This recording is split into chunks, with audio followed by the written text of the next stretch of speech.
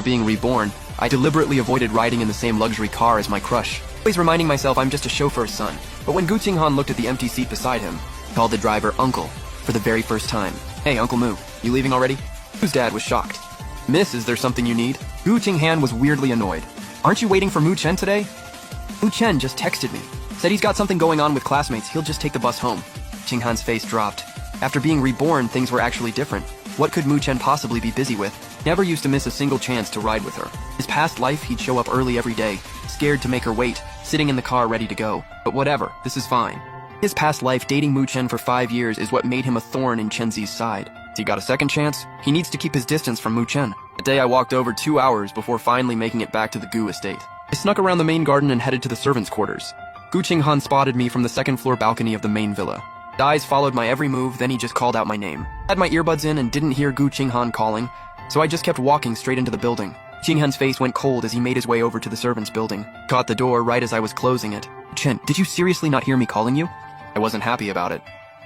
"I had my earbuds in. I didn't hear you. So, what do you want from me?" That's when Gu Qinghan remembered. He'd been reborn.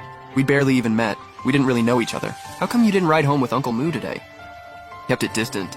"Are you joking? You're the client, my dad's the driver. Someone in my position has no business hanging around you. I didn't know my place before, but I do now." "I hope Miss Gu won't hold it against me." Gu Qinghan's expression instantly went ice cold. "Good, at least you know where you stand. And if the old man asks about it, you explain it to him yourself. I didn't kick you out of that car." With that, he slammed the door and walked out. Didn't even flinch. This life, I'm not making the same mistakes. Already put in a request for my own place. Just had to wait a few more days for a spot to open up. Next morning, I got up early to catch the bus. And Gu Qinghan, who'd just woken up, caught me heading out from his balcony. He watched my back with this dark look on his face. "Don't think pulling this stuff is gonna get my attention." A few minutes later, I caught my bus. It was packed. I had to push through the crowd to get toward the back, and the second I found a spot to stand, I felt someone bump into me from behind. Turned around and saw some middle-aged dude standing right there, smiling at me. Tried to move, but this guy flat out refused to budge and just kept pressing up against me. This one out of nowhere, this insanely good-looking girl appeared. She was holding a cactus and just bulldozed her way through, saying, "Excuse me," while basically using it as a weapon. Pushed right up next to that creep. The dude moved too slow, got his hand jabbed by the cactus. "What is wrong with you? Who brings a cactus on a bus?" The girl planted herself in his old spot and gave the most half-hearted apology ever. "My bad. Won't happen again. Thanks for understanding." Dude shot me one last annoyed look, then huffed off to another spot. Looked over at the girl, and she was already looking down at me. Her features, sharp eyes, like she thought I was an idiot. We locked eyes for a few seconds, and I had to ask, "Are you laughing at me right now?" She paused. "Heads up. Watch yourself on this bus. Guys like that are everywhere on here. I've seen it happen more than a few times." And then it clicked. You'd been helping me the whole time. Thanks for that. I'm Mu Chen, a university drama writing. You? Du Xiaowei, B University across the street, agriculture. Right as she said that, the bus reached the stop. University and B University were literally just 2 streets apart. After getting off, I was about to say something more, but Su Xiaowei's long legs had already carried her straight to her campus. Headed back to my school too, and honestly didn't think much of it. This year's orientation was extra hype. Qinghan was headlining. Everyone wanted to see what the princess of the Gu family actually looked like. I was the only one who couldn't care less, because the last thing I wanted was to see Gu Qinghan. Chen Haoxuan refused to let me skip. This only happens once. You worked this hard to get in, skipping this would be a waste. I dragged by Shen Haoxuan all the way to the 3rd row. Logistics crew member was hauling snacks around. He was running around like crazy and spotted me.